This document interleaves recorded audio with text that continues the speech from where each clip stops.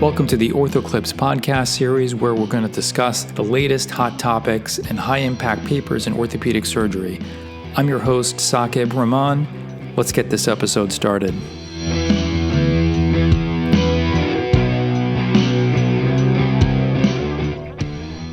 Welcome to Season 7 of the OrthoClips podcast series, and we're going to kick off this season with an interview I did with the leadership and some key members in Sign Fracture Care International. This is an amazing organization. They're very unique, and they do tremendous work around the world for over 20 years. They are the real deal. They have an intramedullary nail provided free of charge, or I should say nails that do not require fluoroscopy, so they can be used in resource-strapped environments. And they really have a great network of surgeons. They are able to provide a lot of care to patients in need around the world, both through innovation and their network of surgeons, but also their research, their distribution, and just their persistence. So if you don't know about them, I encourage you to listen to the podcast or just check out their website. Either way, here's my interview.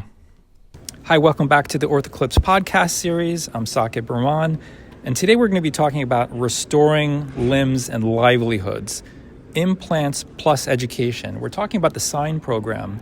So today I'm with some distinguished individuals from SIGN. I'm going to introduce them. First, I have Dr. Sariah Khormaee. She is the Chief Executive Officer at Sign Fracture Care and just recently started that position. So we'll talk about that. I'm with Dr. David Shearer, who's in San Francisco, and he's the Vice President of the SIGN board. And also with Dr. Faseeh Shahab, my friend, an assistant professor at the Shahab Orthopaedic and General Hospital in Peshawar, Pakistan.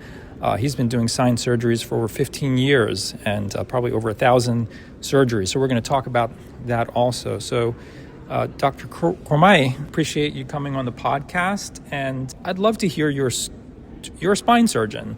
So I'd love to hear your story. How did you get involved with Sign Fracture Care? So I first learned about the SIGN nail in Vietnam. I was a medical student and I happened to be traveling there doing work on infectious disease. And in that work, our study was a little bit delayed and I was in an operating room and the surgeon there did a tibia surgery on a person who had a broken lower leg. And when he was putting in the implant and straightening out the leg, he announced to the whole room that this implant that he was putting in, this was made in Washington State. And this was the thing that was going to help this patient walk again. And I thought, well, that's crazy. I'm actually from Washington State. He said that he let everybody in the room know that's donated by generous people in the United States and around the world for use in patients who otherwise wouldn't be able to afford an implant for surgery. And so that's how I got introduced to SIGN, because I saw it in real life being used. And that patient did really well, walked the next day, and I was hooked. I was convinced then that orthopedics was something I was interested in. So I went through the rest of my training, always keeping in touch with the founder of SIGN, Dr. Zirkle, right, who was kind enough to respond to my random email saying, oh, I saw this in Vietnam. I'm super excited about it. And throughout my training, I always was in touch and looked for ways that I could contribute to SIGN. So as I progressed in my training, I ended up going into spine. And SIGN has recently thought about ways to expand into other areas, including pelvis, including articular fractures, including the spine itself. And so I continued to volunteer, and then this opportunity came about to help lead SIGN. And because I've always believed in SIGN's mission, even from early on as a medical student, and believed that it's amazing what SIGN does to give implants to people who otherwise wouldn't be able to get surgery, who would face amputation or delays in the hospital for years. I took this opportunity, and I'm thrilled to be at SIGN helping those patients be able to walk and care for their families again. Yeah, I think trauma affects people worldwide. Clearly, people who are in their prime, people who need to provide for their families, whether by road traffic accident or other trauma. It's a big global health burden, and it's not one that kind of gets all the headlines, but it can be really devastating. Dr. Shahab, Faseeh, you've been involved with SIGN, and let's talk about your role as a surgeon, because clearly you have many roles in SIGN as an educator, and now you've been in practice for a while. Walk us through how does the actual mechanics of it work? The operation of it, the operational aspect, maybe I should say. How does someone become a sign surgeon, and then how does this kind of model work where this free implant comes from Washington? And maybe then I'm going to ask a little bit about just the technology. Like, you guys are doing this nail without the need for C-arm, and that's something that maybe a lot of the listeners, especially in the U.S. and European countries who may be listening to this, they haven't seen something like that. So how does it work? The key concept of sign nail is basically that it's a solid nail which is done without the use of fluoro. You don't need fracture tables to it. My journey with sign started 15 years back. So considering 15 years back when I had never seen a tibia nailed, it was always plates and it was always X-fix. So the first operation that I ever saw was a tibia plating, and I was like, that's what I'm going. That's easy, and that's what I'm going to do. At the time there were no retrogrades femoral nails as well. So the unique quality of sign is it's the same implant. It can be used for humerus. It's used for femur, antegrade, retrograde, tibia, retrocalcaneal nail, and the most important aspect is you can use it without the C-arm. It's a solid nail, it's strong, so the patient gets up, walks the next day, and the more early they walk, the better it's for their healing, obviously. And the hospitals are selected by a criteria, so they have to apply to sign, and then the sign board vets their application, and then if they are selected, the shipment goes out to them. So the surgeons need to operate on the patients, and then there's a sign database on which they have to input that surgery details, and that's one way of letting the headquarters in Richland know that we have used these. So they use that data as to replenish the implants used. So once you have used a particular number of implants, nails, screws, so you get another shipment.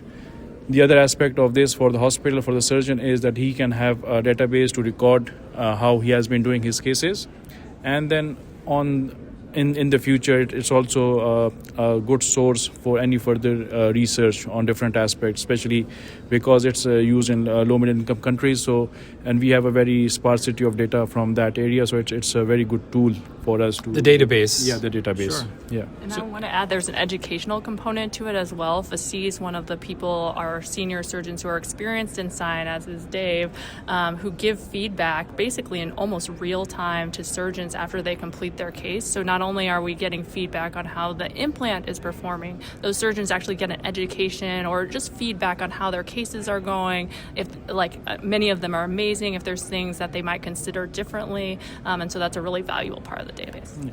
And it's a very humbling experience as well, reviewing the database, because you see a patient from like East Asia, fracture femur, then the next case would be a patient from sub-Saharan Africa, and you would see almost the same pattern of fracture, treated similarly. So it's a very humbling experience seeing different surgeons treating different patients geographically, population with the same implant, and most of the results are very good.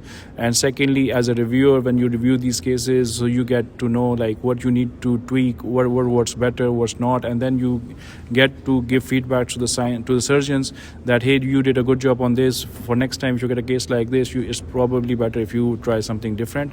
So that not only for the surgeon, it's not only the implant, but it's also the education. So it's that network, right? Yeah. It's the community of surgeons, right? Yeah, so it's the immediate education for that patient, and then every year we have an annual conference in which sign surgeons from different countries come together, 90 plus surgeons. And that's in Washington. Yeah, that's in Richland, Washington, September every year, and then they come, they present their cases, and it's a great learning experience. And that's been going on for how many years now, roughly? 26. About 26 years. Yeah. Yeah. How many estimate sign surgeons or centers are there right now? There are 440 some hospitals, and there's about 30,000 sign surgeries done a year. Oh, wow. Okay. So, and it's, I assume, growing in terms of the number of surgeons and centers and cases? Like total, there's been almost 500,000 patients who have been helped by this model of giving an implant and education. Okay. Dr. Shahab, yeah. Yeah, but I just want to add, there's 500,000 patients who have been impacted by sign nail directly, but there's a huge number of patients which the surgeons, because of the network and the education, they have indirectly treated other patients as well, which did not need a sign nail. So, but that education part is also very relevant. So it impacts more than just this number. Okay. Yeah, I mean, something else I'm sure that, can be studied if it hasn't been reported already. Dr. Shearer, I had some questions just about maybe what have been some of the challenges. It's been, over 2 decades now. What are some lessons learned from some of these challenges? One of the questions I maybe had, and you can talk about that in general, but one question I have is, how does the model affect perhaps the local economy, right? So are there, this is a model, it's serving patients in need and surgeons in extremely resource poor environments. How does that affect the development of implant markets, for example, for sales or something similar to what we see in some of the developed countries? So that's one question I had, but other challenges, anything, I'd be curious to hear about that Sign has faced. Yeah, well, maybe I'll address those two separately. Or first, just talking more generally about challenges for Sign. I mean, I think, Sign's vision is to create equality in fracture care. It needs to sustain and grow its programs. And it started really, it's been alluded to, Dr. Zirkle, started Sign 26 years ago. And really, he single-handedly was the one that would go around from hospital to hospital to teach and train.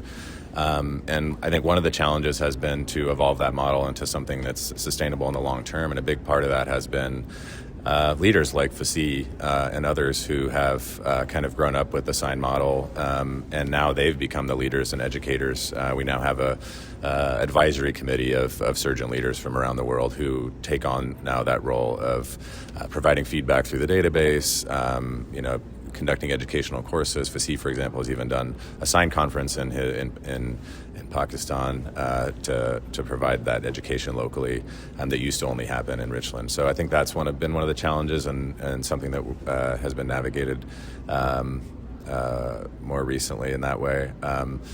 The other part, I would say, another challenge I think that's important to mention is just the efforts to meet the evolving needs of surgeons over time. And so at the core of Sign has always been, an effort to innovate. That's sort of been in the ethos of Sign. And so I think trying to gather feedback from surgeons and what's the next problem.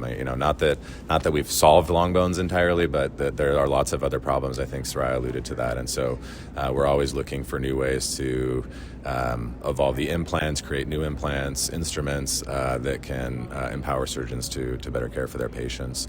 And then probably the last thing I would mention is just the financial aspect of it. And we're a nonprofit organization.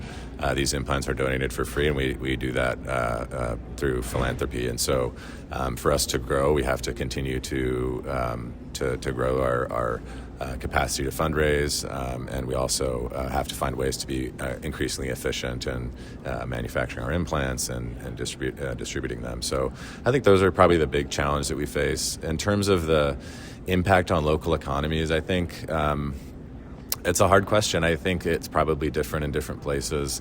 I think, though, the vision of Dr. Zirkle from the beginning has always been that Sign is meeting the need of he always talks about the bottom billion, the poorest people who, unfortunately, around the world there are a lot of people who don't have the funds. Government insurance programs don't cover implant costs, so there's a large segment of the world population who are never going to, at least I don't want to say never, in the foreseeable future, aren't able to afford the cost of even lower cost implants. And so Sign's really meeting the need of those patients. I think that's always going to be our kind of target. And I think that we're seeing that there is, at the same time, growth of implant markets locally, manufacturing, and middle income countries like India and Pakistan and China are emerging. And I think the Sign has helped to create those markets because it's empowered a lot of the surgeons that use Sign. Have their practices have thrived in part because they've had access to Sign implants. That's allowed them to also expand into these other areas, and so there's now markets for other implants. So I think in generally it's probably been a net positive for the growth of orthopedics in general in lower resource settings, and then that's created markets for other implants as well. So But yeah, great question. Yeah, that's good to hear. One thing I'll add is we were just talking about this. I'm at a U.S. trauma center, and we use a lot of spanning external fixation, for example, and we don't have a reprocessing contract. So we see a lot of these bars and clamps that have been used sometimes for a week or two essentially get discarded. And I want to credit Sign for being a partner in allowing us to donate those gently used bars and clamps, which we all know can be used again and again and again. These were never inside a patient either. And they have a program where they're able to accept external fixator bars and clamps, for example. And in my case, it's from the patients of Philadelphia coming to, we ship them out to Washington, and they're able to basically package them, and obviously through 2 decades of a distribution network and a processing facility, able to efficiently get these external fixator parts to their surgeons within their network, especially in places of need where these are depleted very quickly. So if anyone's listening and that sparks an idea, reach out to Sign. They do have a program for that if you want to donate external fixator parts. Before we wrap up, Dr. Khormaee, I wanted to talk about the future. What do you anticipate? You just took over as CEO for Sign. What do you have planned? What's your vision for the future? So Sign is an incredibly unique organization. There's no orthopedic or really no healthcare organization like Sign that manufactures an implant, has this incredibly dedicated and altruistic community of orthopedic surgeons, and then impacts patients in such a profound way. I think the future looks like being able to treat every patient who has a fracture, who needs an implant but can't afford it, through the Sign network, through that combination of education and implants. Great. I think with that, we'll probably wrap it up. Really glad to see us come together. We're actually here at the OTA annual meeting here in Phoenix, and this was a great opportunity to have this conversation. Again, I've been talking with Dr. Sariah Khormaee from Sign, CEO, also with Dr. Faseeh Shahab from Peshawar, Pakistan, and David Shearer, Vice President of the board at Sign. And we've been talking about restoring limbs and livelihoods, implants plus education, the Sign Fracture Care International. Thank you guys. Appreciate you coming on the podcast. Thank you very much. Thanks so much. Thank you so much.